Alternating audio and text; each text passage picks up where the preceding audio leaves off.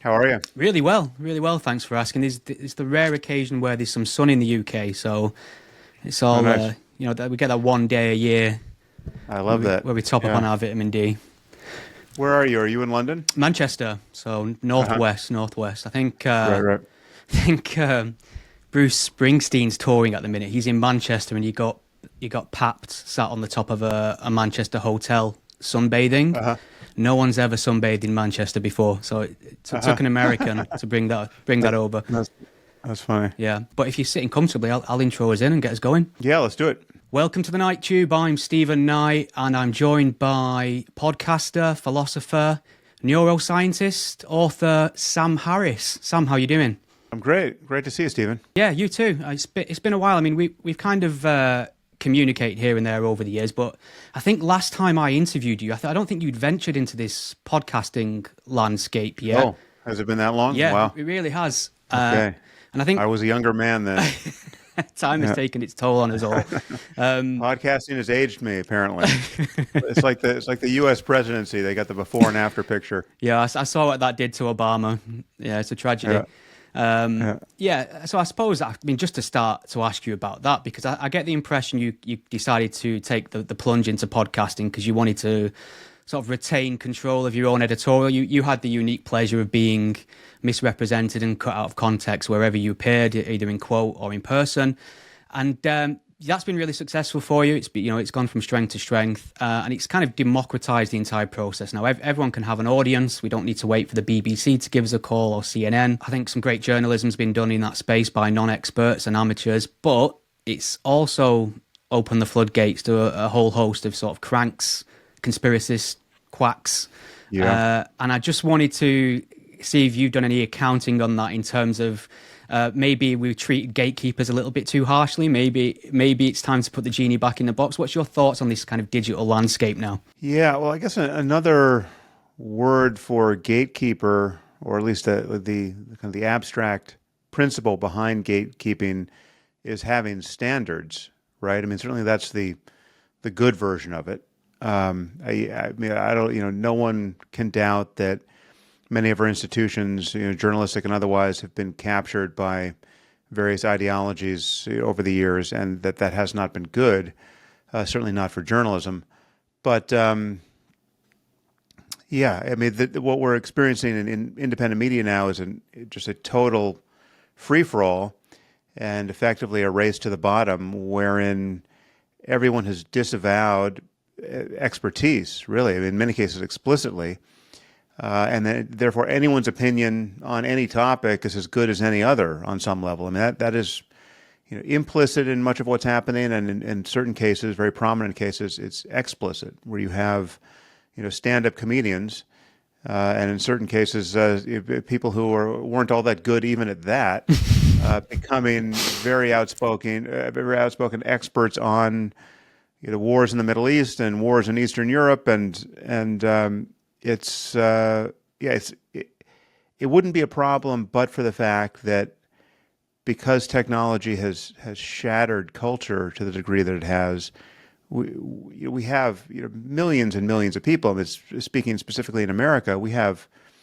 perhaps a majority of people getting their news and forming their opinions about current events and political imperatives based on this form of conversation. I mean, the conversation among smugly confident non-experts deriding whatever expertise can be found on the topic.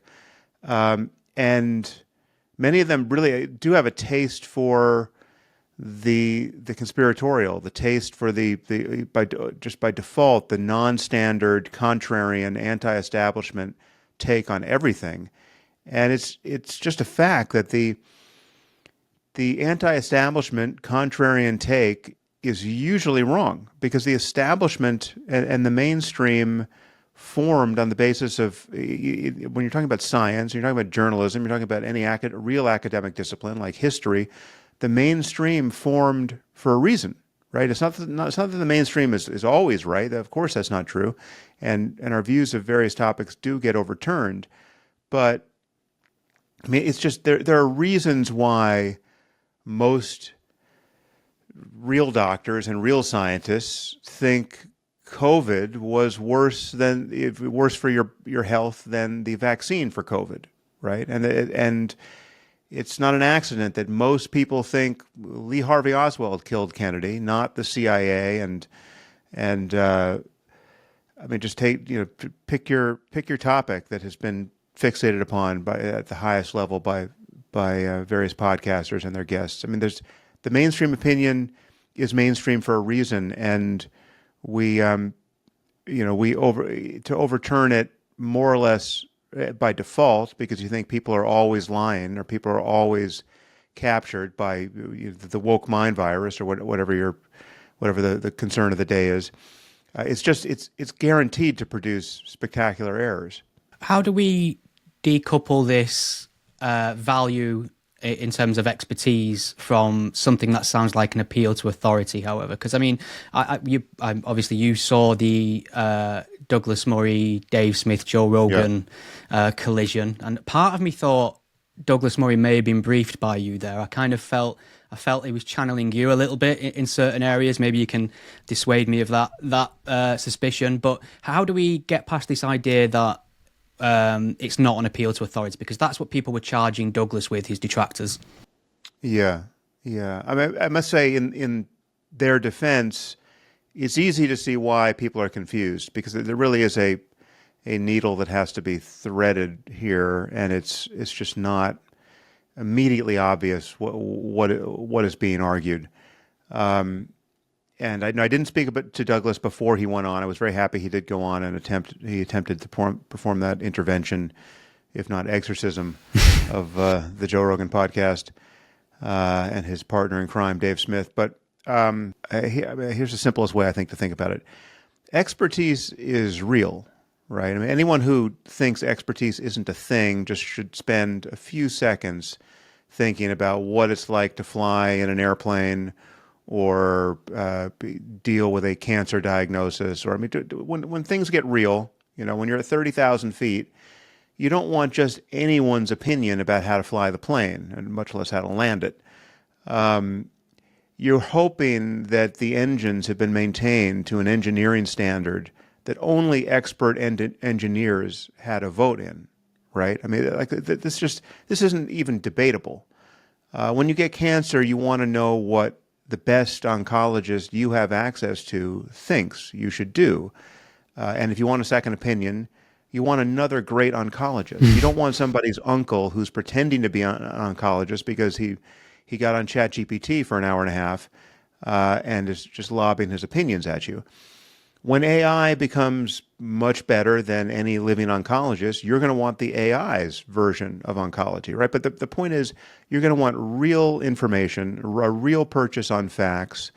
You want people with strong opinions because those strong opinions are warranted based on their actual engagement with reality, with methodologies that are designed to produce veridical opinions about the nature of the world, right, and the causes and conditions of certain outcomes, right? We just can't make it up, right? When anything matters, we know this, right? But there's so many areas where people feel like they can form strong opinions based on nothing, and it's fine, and it is fine when you're talking about something that doesn't matter. But when things matter, let's acknowledge that there are gradations of expertise.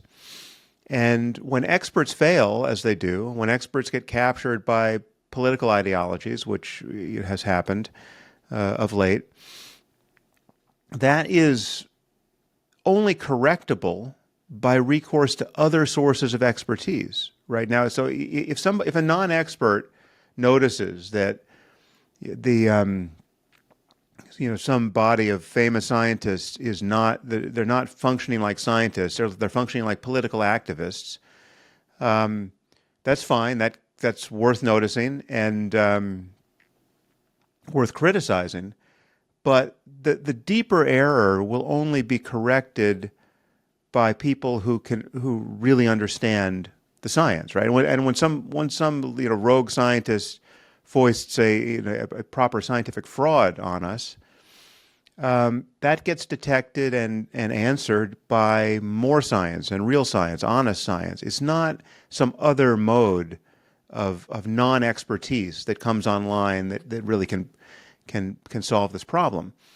I'm not saying there's no role to be played for non-specialists have forming opinions about things. I mean, that's also fine. I mean, just to be an educated person in the world, you're entitled to your own opinion.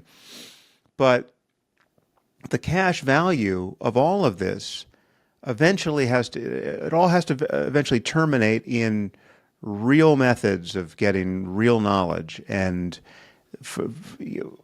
almost invariably, that's a story of people who have specialized in these areas at great, cost, with respect to time at least. They're the ones who are anchoring our understanding. Now, all of this is made more confusing because on any topic and on any given day, you can find a credentialed expert. I mean, someone who on paper looks like the perfect sort of person to be talking to, who's gone properly nuts and will say all kinds of things about, I mean, they'll often say that they were denied a Nobel Prize. That's one of the first things to come tumbling out of their mouths. And that's usually a tell that there's something wrong with this person. But there are lots of cranks out there who do have PhDs, who are MDs, who on paper you really can't criticize their participation in the conversation, whether it's on vaccines or epidemics or to move to history and politics, the war in Ukraine or the war in Gaza. I mean, there are people with PhDs in the relevant disciplines who are nuts, or who are captured by some other interests that we might only suspect, right? I mean, there are people who have never said a bad word about Russia for whatever reason, or Putin for whatever reason, and it's entirely our fault that the war in Ukraine happened. Putin helplessly invaded based on the provocations of America and NATO allies. So the picture is a muddy one because you have, in arguing for the difference between experts and non-experts, we can seem to be arguing for mere credentialism, just like you should only be talking to PhDs in the relevant disciplines, and of course we're not doing that. And the lie is put to that heuristic when the moment you find a properly credentialed expert, or somebody who should have been an expert, speaking nonsense, right? So it's never the case that we argue from authority. I mean, the argument from authority, that phrase, is always the name of an intellectual error, right? No, there's no real authority on a topic who's saying X is true because I say so, and I'm a world-recognized authority on the topic, right? I mean, that's just not how anyone argues. And it is in fact true that any Nobel laureate can be embarrassed by the question of an undergraduate student or the comment of an undergraduate student if he or she is not making sense, right? So it's always a matter of making the best of the data and logical arguments so as to make the case for anything. So no one is really reliant on authority, but authority still matters because none of us have the bandwidth to run down every fact and every opinion to their sources, right? No, it's like the fact that no matter how educated you are, most of what you believe is going to be the result of, at least provisionally, accepting the accounts of what most authorities on a given topic say in any given year, right? So it's just like, I mean, and that is rational to do because of the structure of incentives that govern scientific conversation, right? I mean, scientists are in the business of proving other scientists wrong, of checking their data, of being skeptical and then being won over by evidence, They're even in the business of proving themselves wrong. I mean, that's probably doesn't happen as much as it should, but it still happens. It's really only in science where your reputation can improve by noticing that you were wrong, right? Even spectacularly so. And I mean, and that's just to say that there are while science is not without its capacity for error and even for fraud that can go undetected for a time. It is the best context we have for trying to get at the truth, and therefore it is rational to default to what the preponderance of experts in any given field believe at any given moment. Again, at the leading edges of controversy, there will be debates and there will be, this kind of churn of opinion, but not in the heart of any scientific discipline. There are things that are just well established, and the novel and contrarian opinion on those well established facts is almost always wrong, right? And especially when it's being put forward by let's take the case of RFK Jr., right? Who to the horror of any sane scientist or doctor is basically running the medical establishment for the United States at the moment. He's someone who's when you look at his track record, he's a lawyer by training, an activist by nature, and somebody who's given to spreading lies and half-truths with great alacrity and monetizing that whole project. He's done this for decades. You check the sources that he cites in his books, and you come up with completely fallacious readings of real sources and imagined ones. He's a total mess when it comes to actually talking about the facts. In his case, around vaccines. Strangely, he's not such a mess when talking about climate change, right? He'll rely on the expertise of most scientists around that, but he won't for vaccines. But to rely on someone like that is almost guaranteed to manufacture errors and misunderstandings, and that in independent media is highly non-obvious, it seems, and we're paying a price for that. Yeah, that's a great example with RFK, and I am really concerned about this whole anti-vax resurgence. I think, it feels a bit like Groundhog Day. This is the kind of thing that came up in skeptical circles 20 years ago, and it seemed mostly like, people from your neck of the woods, Sam. It was Jim Carrey and people from the west coast of America who really liked chakra and yoga. We're utterly convinced that vaccines caused autism, and during the pandemic, we saw a huge resurgence of anti-vax sentiment. That's kind of translated in a lot of ways to a resurgence of polio. I've seen that in the States, measles in the UK as well, and further afield. A lot of people will attribute that to a sort of distrust or a loss of trust in governing authorities and institutions. I put it down to a kind of proliferation of anti-vax misinformation. I suppose my question is, how likely are we now to see people roll up their sleeve for a vaccination during the next pandemic, given all the damage that's been done during COVID? Yeah, no, I'm quite worried about that. It's the rate of vaccination, I think, is coming down for all the influence, all the sicknesses you mentioned, and more even now. This used to be a problem, I think, almost exclusively on the left. Now it's a problem on the right and the left. I remember something like 10 years ago, it was the case that in some of the more well-to-do left-leaning areas in California, on the west side of Los Angeles or up in Marin County in north of San Francisco, the rates of vaccination for kids in private schools was lower than the rates of vaccination in many countries in sub-Saharan Africa. Oh, wow. That's just how dumb gets in the developed world.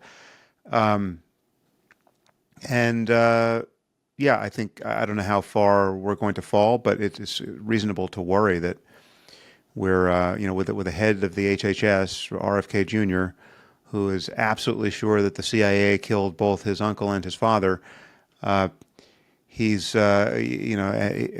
have the people in charge recommending cod liver oil to those who are needing to respond to the first significant outbreak of measles we've had in quite some time.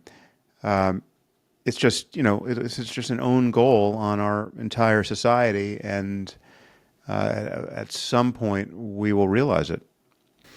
How do you kind of then balance in terms of being outspoken? I mean, you've been critical of Joe Rogan, you've been very critical of Elon Musk, and I think Brett Weinstein, and these are kind of people you would have considered either associates or friends at some point.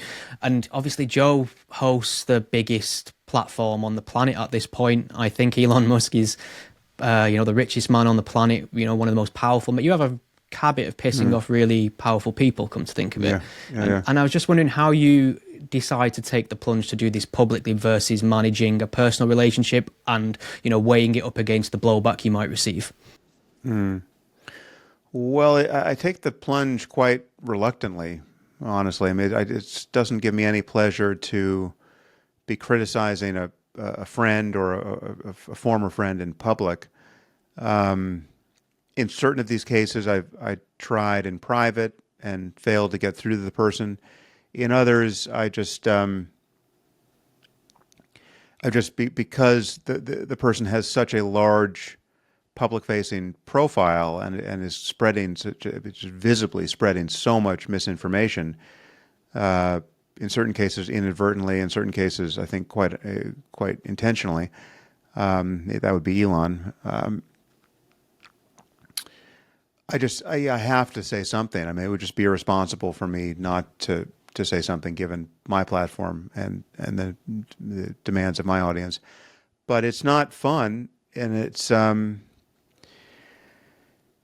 I honestly don't know as far as the ethics of it. I don't know where the sweet spot is, really. I mean, there's something about I think loyalty to a friend that is valuable, right? So if somebody's still a friend in good standing, and you realize you have a choice to say something publicly about how confused they are, I think it's reasonable to be slower to pull the trigger on that criticism than you would be if that person's a stranger.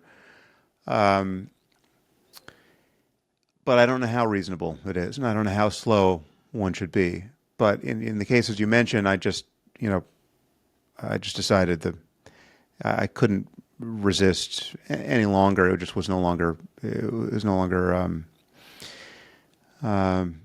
ethical to do so, because again, I've seen the evidence of how effective their communication has been, and it hasn't been, and the effect has not been good.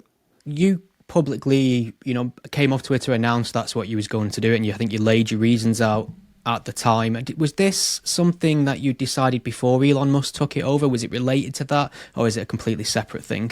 Well, I'd been thinking about it for a while, because I'd been noticing slowly, so I was slowly admitting to myself just how toxic the platform was to my life personally. It was just my engagement with it, while in comparison with the engagement of others seems completely normal.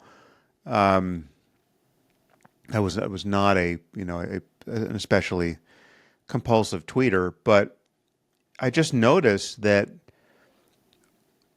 almost every bad thing that had happened in my life for about a decade was the result of my engagement with Twitter.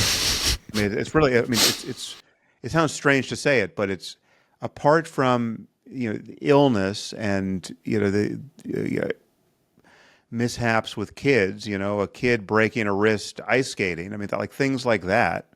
It was all Twitter, right? and they were significantly deranging things that took weeks to or even months to dig out from. Things that just subsumed my attention for far too long. Things that I felt I needed to respond to, in one podcast after another. It was all Twitter, and it was all this. I'm convinced, errant signal that was just not even worth paying attention to. I mean, now I still trend on Twitter apparently, because someone will attack me. Elon will attack me, or Tucker Carlson. Somebody will attack me by name, and apparently that'll go stratospheric on Twitter, and it simply doesn't matter, right? Because I'm not there, it doesn't matter at all psychologically. When I hear about it, because people will occasionally send me a tweet, very often from Elon, because he's the biggest person on the platform. And they'll ask me if I'm okay, right? Or is there anything they can do to help? And literally, it has no effect on my life at all. It's incredible, the mismatch between what is happening on Twitter and what is happening in the real world. Again, if you're lucky to be appropriately inoculated against the effect of attempted reputational murders on Twitter, right? And I've taken some pains to protect myself from that. I mean, I've built a large enough audience that I can talk to on my own terms, so that I don't have to worry about what Elon says about me on Twitter and the lies he spreads. But no, when I left, it wasn't because he had taken over the platform, although that's when I left. It was based on my engagement with it and what I saw it was doing to Elon as a user of the platform, right? So Elon at that point was a friend, and actually our friendship had started to unravel based on some differences of opinion around COVID, but it hadn't fully unraveled, and I just watched his life spiral out of control based on his addiction to Twitter. And it was quite evident that that's what was happening. And I saw in that kind of funhouse mirror of his Twitter use, the dysfunction in my own life. It's like when I saw that, here's a guy who's got basically no time to waste, right? He's running half a dozen companies, apparently quite successfully. He's playing just the biggest financial game and technological game there is to be played, and he is totally addicted to responding to bullshit on Twitter at all hours of the day and night. Insofar as I even have a hundredth of that problem in my life, I realize I don't want it, right? It's just like, this is madness. What is going on with this person who I know at that point reasonably well, or at least thought I did. It's just, it just seemed like the worst commercial for the effects of social media you could imagine. I mean, here's a guy who has so much to lose, and he's busy losing it. Busy throwing it away with both hands on this digital cesspool, and he's so addicted to it that he now needs to buy the platform so as to make it conform to his tastes. Right? It was just bonkers. And so it was when he bought it, but it was not because at that point I was still agnostic as to whether or not he was going to be able to improve the platform in a variety of ways. I mean, I recognized that it was biased in certain ways, and it was awful in all kinds of ways, because I was complaining about it even then. It only got worse under his stewardship. I think it should be quite obvious, but it was his compulsion around it as a user, and his compulsive buying of it, and all the crazy claims of the people the so-called Twitter files journalists. Just the fixation on this as this absolutely essential piece of conversation, when it was so obviously deranging almost anyone who was coming in contact with it. I just thought, okay, this is a psychological experiment that I want to opt out of, and so that's when I yanked it. Yeah, I'm getting a distinct feeling of no regrets there from you, Sam. And digital cesspool, No. Yeah, that's apt, and things have got worse, unbelievably. obviously we can obviously write off Twitter as a mode of communication for you now, but what do you gravitate towards the most in the way you release content or communicate? I mean, you write books, you podcast, you Substack, public appearances, videos, things like that. If you had to choose one and only one to do, where do you feel you are best at, getting your message across, distilling your ideas? And can we expect a new book at any point? Yeah, I mean, but writing books, unfortunately, has just been a great opportunity cost. They take much longer to write.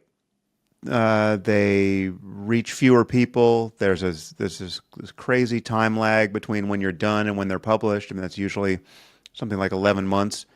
So it's just, I haven't done it. I mean, I will do it again. I'm convinced, just because writing is just the best best way to work out ideas, and so I miss doing more of it. But for me, it's mostly the podcast. I mean, the podcast is the place where I can reach the most people. Although Substack, I guess I reach the same people. It's really the same audience. Both, they're everyone who subscribes to either gets both. But the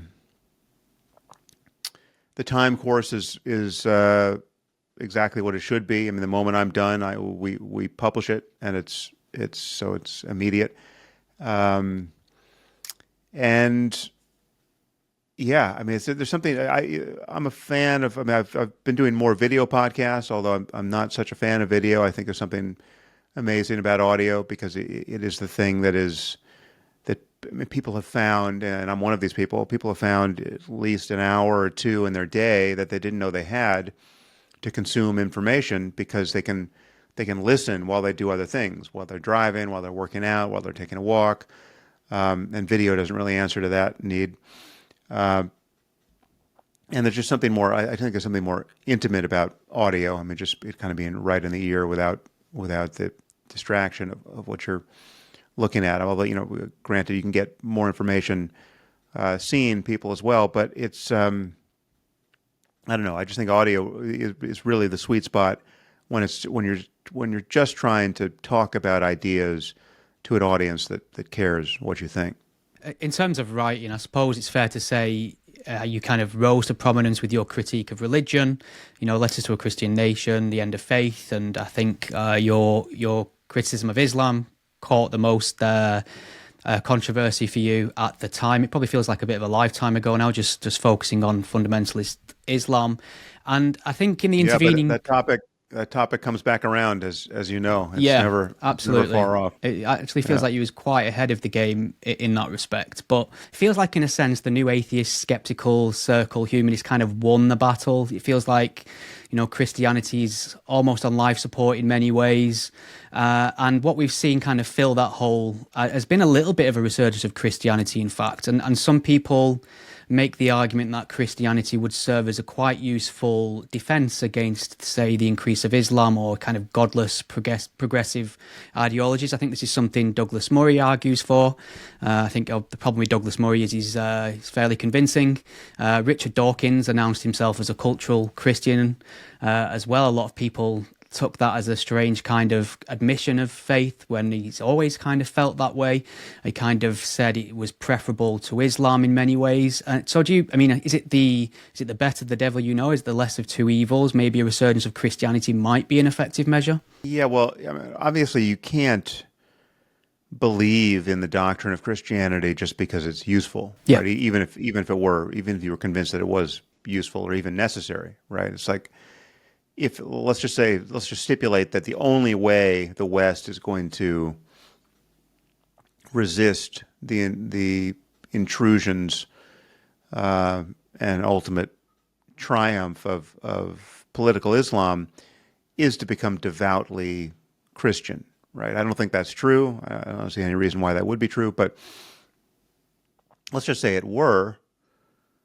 That's not a path by which you can actually believe in the physical resurrection of Jesus, right? I mean, that doesn't provide any evidence for the physical resurrection of Jesus. What about a sort of cultural perspective then, Sam? Maybe, I don't believe in any of the, supernatural mumbo jumbo, but in terms of cultural identity and tradition, maybe these things serve a purpose? Well, I just think that if you're just talking about a culture that is in opposition to the, theocratic belligerence of Islam, you don't need a your own version of a desiccated, non-committal theocracy, right? What you need is a commitment to Enlightenment values and real freedom and real intellectual honesty and an unwillingness to bend the knee to the malicious delusions of people who want nothing to do with your Enlightenment values, right? I mean, it's a very stark zero sum contest between, okay, do we on 100 points, but just take one, are women the political equals of men or not? Are we going to value them like actual Homo sapiens, or are we going to treat them like cattle or chattel, or essentially the property of the men in their lives? There's pick the flavor you prefer. I mean, there's only one that is acceptable to me, and I think any morally sane person in the 21st century. But Islam, not just jihadist Islam, and unfortunately not just Islamism. I mean, virtually any flavor of Islam, even the most seemingly compatible with secular Enlightenment values, equivocates on that point to a degree that I think we should find intolerable. The wearing of the veil. The wearing of the veil is not a choice that most enlightened women make so as to throw off the male gaze, and it's not an expression of female empowerment. It's an expression of female subservience to men in cultures that where men will treat them like whores or worse if they don't wear the veil, right? I mean, these are honor cultures in which men view the behavior of women as an extension of their personal honor, right? And so if their daughter or sister or wife is unveiled, and therefore, open to the predatory glances of other men, right? That's a besmirchment of their own honor, right?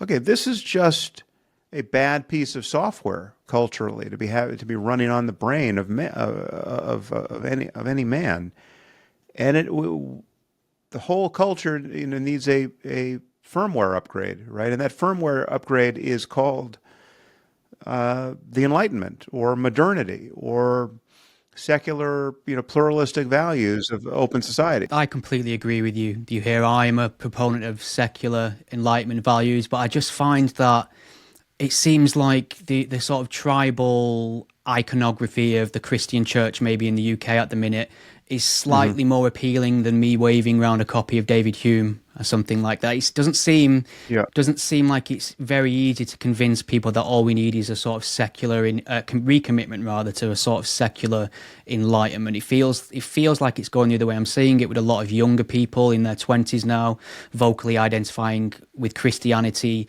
in a way that they see it as kind of reclaiming their Britishness. It's similar to how it's wed to nationalism in America. And I'm just wondering how we tackled that particular problem. Well, ultimately, I do think it's dangerous because it's implicit in that is certainly in the American context. There's probably an implicit racism in that. I mean, there's a kind of a Christian nationalism, which is sort of code for white supremacy on some level. It's just, I mean, it is a fallacy. I'm not saying that secular culture doesn't need more innovation in areas of spirituality, to use a loaded word, or the building of community. I think there's people yearn for something more profound than just scrolling on their iPhones and making money, and I mean, just the sheer worldliness of secular culture when you strip religion out of it. I mean, people find other ways of getting together they become, fans of their local sports team, or they join a book club, or there's a piecemeal way of building community that people enjoy, and you can get really into the arts, and all of that's good. You can go to a concert and feel a kind of brotherhood of that enthusiasm, if only for a few hours. You can go to conferences. I mean, there are people who go to conferences somewhat regularly, and those conferences serve as a kind of anchor point to various communities. But yeah, it would be wonderful to have a beautiful building in every city on Earth that didn't require it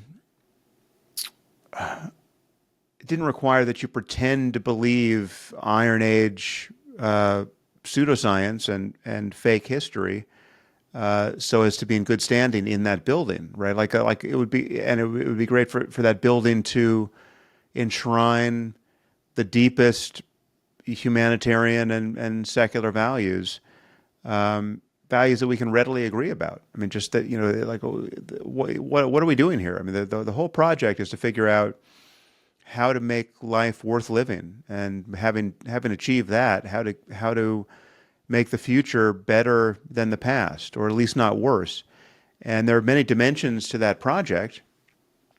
Some are economic, some are medical, some are educational, but some are contemplative and ethical. Right. Some are a matter of thinking about the deepest questions and giving attention to those, and ignoring the notifications on your phone for an hour, or for a day, or for longer than that. So I'm not saying we don't need profundity, and we don't need awe, and we don't need a sense of the sacred. I think we do, and I think that's readily available without believing any bullshit. Right, and so that's the thing that the people who are swinging back to Christianity are getting wrong, is that they don't see that there's a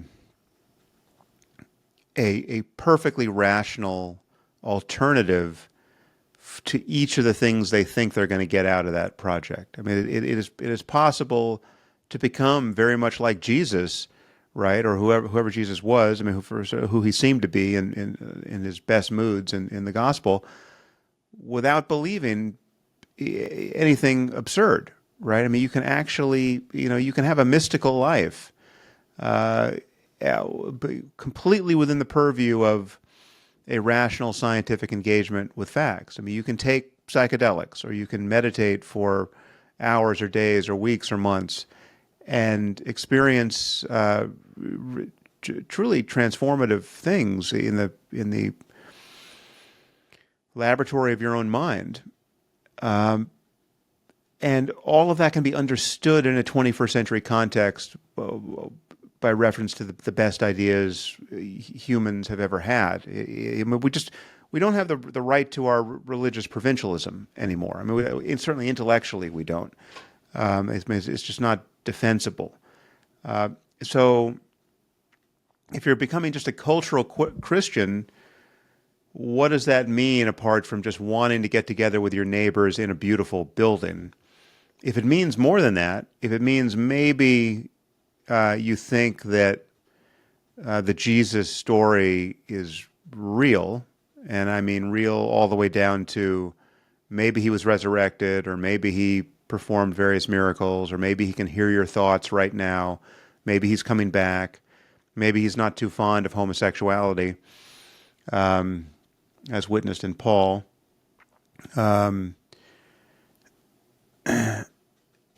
Then that becomes increasingly irrational and divisive and hostile to the truly common project of understanding what's really going on in the world. Yeah, it's a good answer. And I'm just aware that we've got about 15 minutes left, and I'm tempted to either ask you a question about Donald Trump or about free will. And I suppose I don't really have a choice in that sense. Let's see what you do of your own free will. Oh, Jesus, the pressure. Okay, Yeah. well, I think your opinions on Donald Trump are well documented. So maybe if this free will answer succinct, we might get a little bit to it. But let's say if I'm at a dinner party, for instance, and I decide that I want to, well, I suppose ruin it by convincing everyone there that there's no such thing as free will and it's an illusion. What would be a good go-to analogy you could make or fact you could provide that would be quite compelling? Well, from a third person side, I mean, just talking about causality, talking about how human brains work, acknowledging the fact that everybody's brain is in its current state, based at the most basic level, neurophysiologically, based on the prior occurrences of genes being transcribed and neurons being built and environmental influences being registered. And when you honestly look at all those processes, at no point does the conscious self you're talking to, at no point did it create any of those causes and conditions for its current state, right? The next thought that is going to spring to mind is a result of all of that, right? The next intention, the next desire, the next preference, the next intuition. So from a third person side, I mean, just viewing people as physical systems that are not separate from the universe, there really is just the universe doing its thing. It's doing its thing deterministically, just one domino is falling and hitting the next. And if you believe that there's a component of randomness in there, then there's some, jiggle to the system that is indeterministic and therefore intrinsically unpredictable. But in neither case, neither with dominoes falling or dice rolling, do you get a picture of a will that can independently author its own doings, right?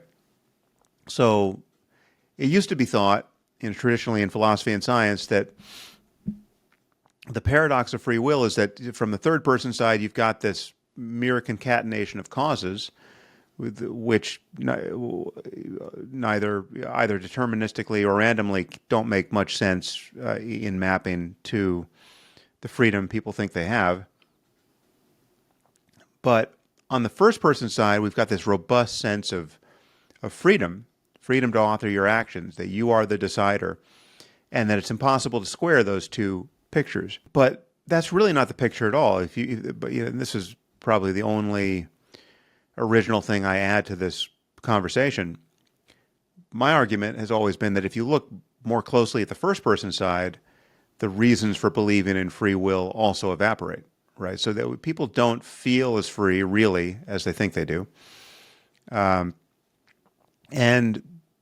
there is no first person evidence for free will. When you look at how your decisions get made, when you look at how your intuitions appear in the first place, when you look at how thoughts arise, everything is just springing into view out of nothing, right? There's just the next thought simply arises.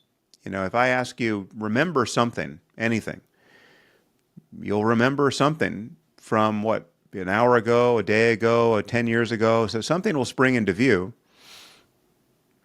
And the idea that you chose that subjectively, if you pay attention, you should see that doesn't make any sense. In no sense did you choose it. And if you were to learn that there's some diabolical genius with a computer in the next room feeding you your thoughts, while there's no reason to believe that such a person exists, you have to admit that your phenomenology, what it's like to be you, is totally compatible with the existence of such a person. Because again, everything just appears.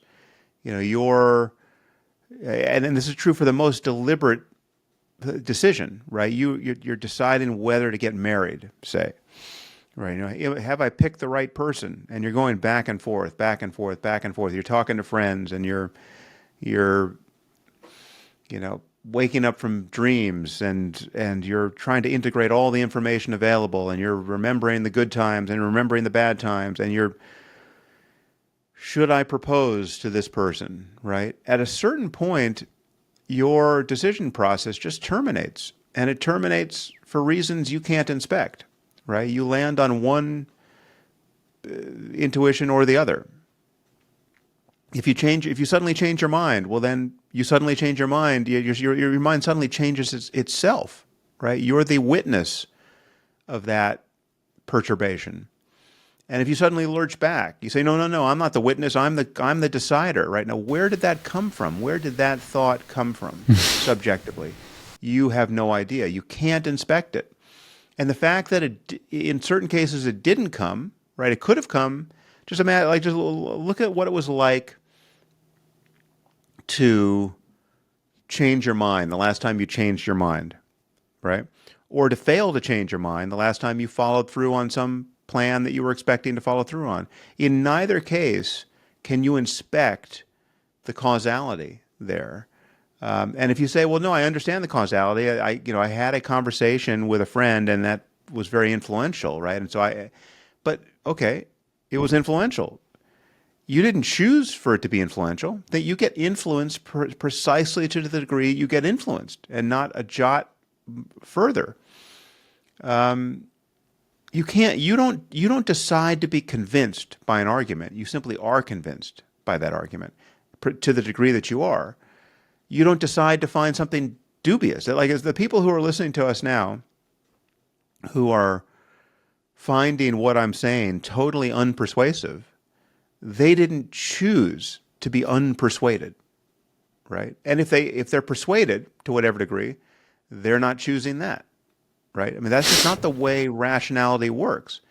They have precisely the freedom they would have if I told them to add up a column of numbers and get to a final sum, right? If I say, add 2 and then 4 and then 7 and then 8, right?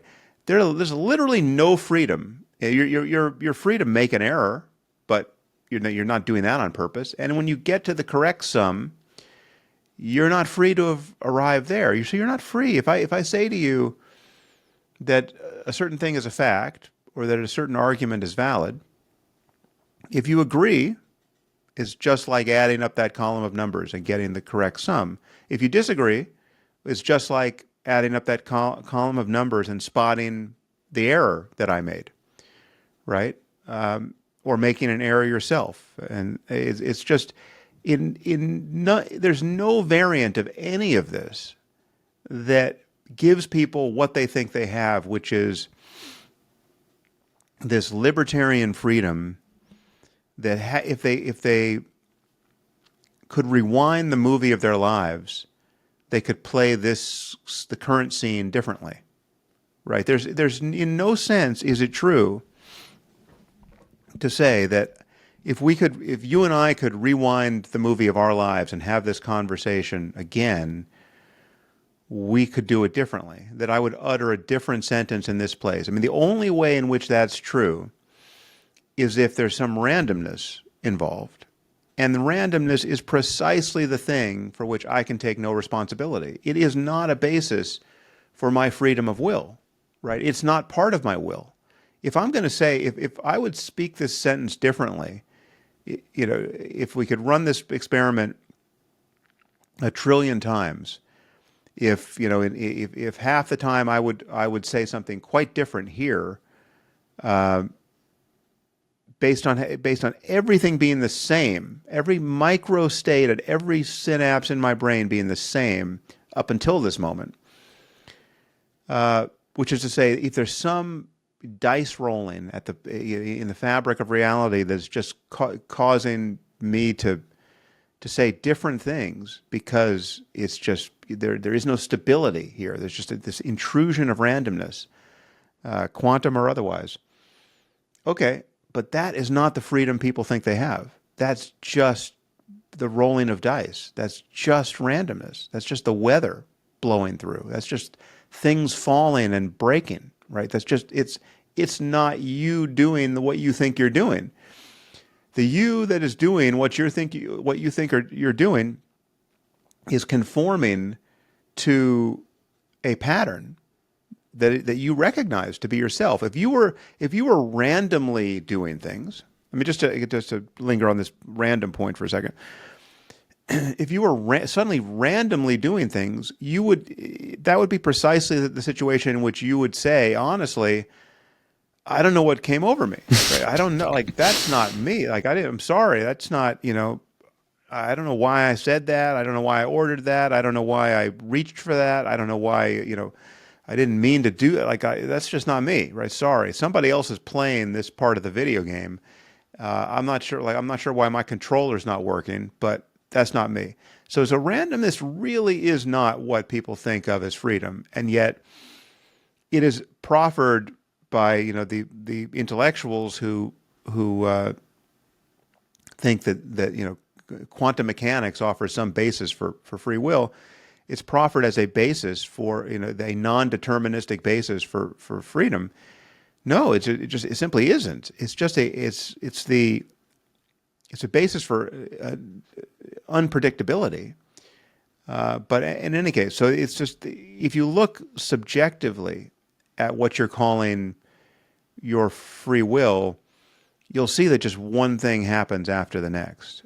And there's a freedom in that. I mean, this may sound like a depressing picture for people, but on the contrary, it's totally liberating. It's liberating of the feeling you call I. It's liberating of the ego.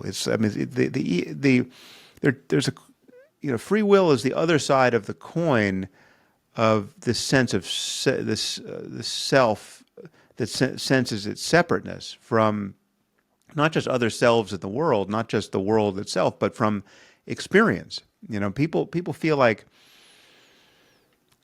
people feel that they're not identical to their experience. They feel like they're having an experience, that they're appropriating it from some point of view that is this unchanging self, moment to moment, and that is the construct that imagines that it has a will that is free, right? It's this kind of this radically indigestible, unchangeable, alienated, atomized homunculus in the middle of experience that is doing the willing, doing the thinking, doing the appropriating, that's vulnerable to everything that might intrude upon it. It's that sense of I that gets targeted in meditation and gets ultimately recognized to be spurious. And it's that when people have peak experiences where they sense that they've merged with something bigger than themselves. I mean, ironically, it's this experience that is at the bottom of people's religious convictions too. Both historically, it gets enshrined as a matter of doctrine in the various religions, and personally, I mean, it is the thing that seems to provide data for the veracity of their religious beliefs when they begin to intuit it or experience it fully. I mean, if you're in church and you're praying to Jesus and you're looking up at the stained glass window and you're wondering if any of this stuff is real, and then suddenly you feel lifted out of your sense of separateness, right? And you feel that there's just oneness with all of reality, right?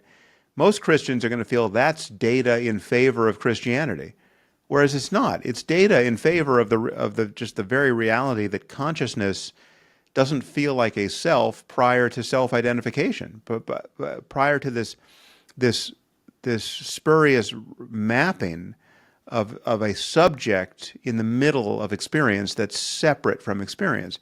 But you can interrogate that directly without believing anything about the divine origin of specific books or the virgin birth of historical people.